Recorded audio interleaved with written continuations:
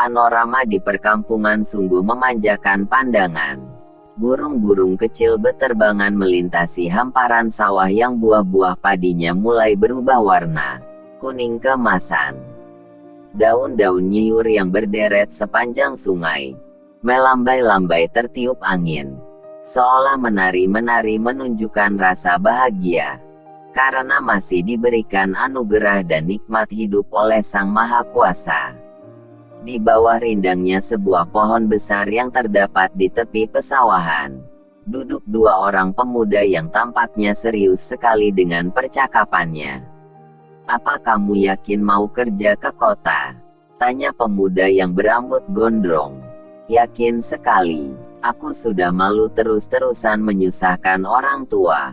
Sekarang giliran aku yang harus membahagiakan mereka," jawab pemuda yang satunya lagi, yang tubuhnya agak sedikit kurus. "Terus kalau kamu kerja ke kota, siapa yang mau bantu bapakmu mengurus sawahnya ini?" "Nggak apa-apa.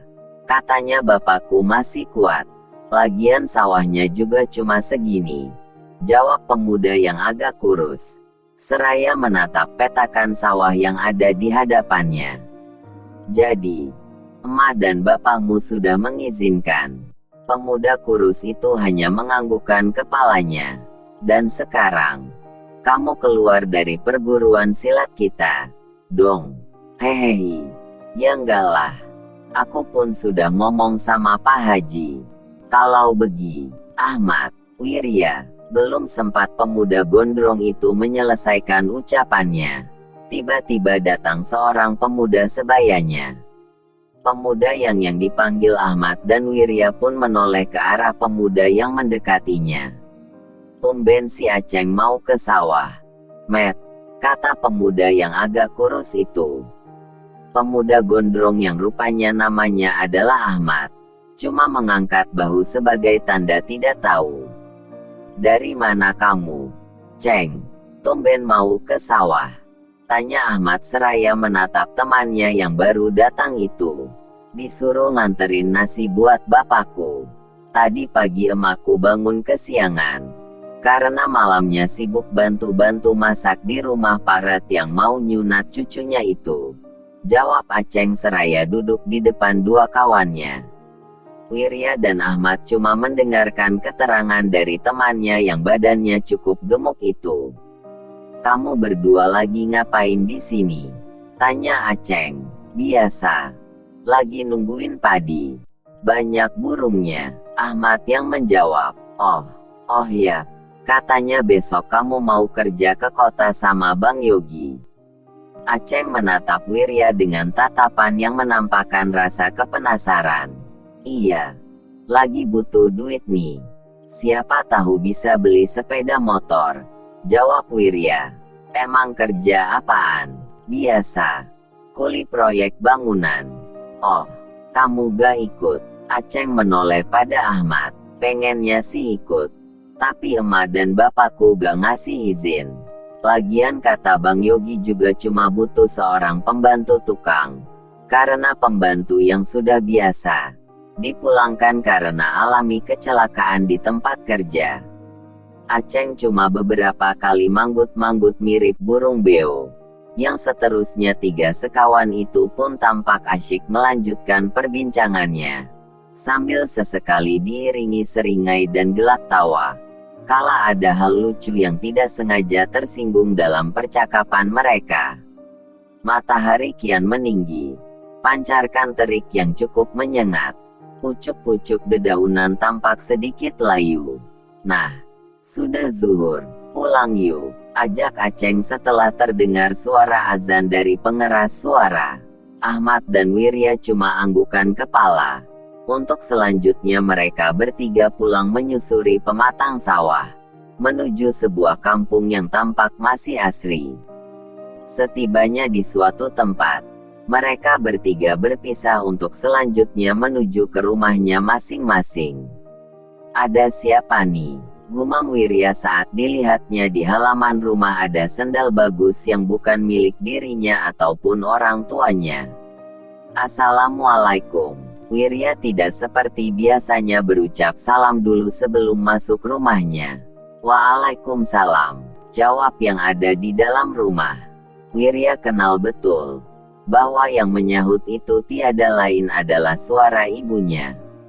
Wirya sedikit menggernyitkan dahinya kala di rumah dilihatnya ada Pak Haji yang merupakan guru silatnya, sedang duduk berhadapan dengan ibu dan bapaknya. Pak Haji, tumben datang ke sini, kata Wirya sambil bergegas bersalaman serta mencium tangan gurunya itu. Sudahlah, sebaiknya kamu mandi dan salat dulu, kata bapaknya Wirya. Setelah berpamitan kepada Pak Haji, Wirya pun bergegas ke kamar mandi. Sedangkan Pak Haji kembali asyik bercengkrama dengan kedua orang tuanya Wirya. Jujur saja, si Wirya itu adalah murid kesayangan saya. Anaknya baik, penurut, dan yang paling utama, dia itu begitu cepat dalam mempelajari pelajaran-pelajaran dari saya, terang Pak Haji dengan nada bicara yang sedikit dipelankan. Iya, terima kasih sudah sudi mengajarkan kebaikan kepada anak saya.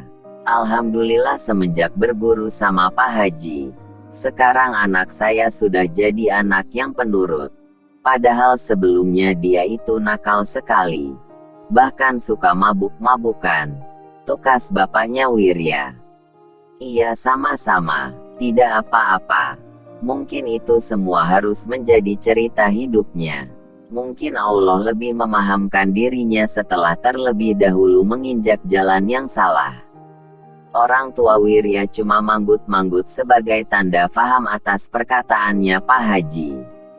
Oh ya, saya pamit dulu mau ke musola.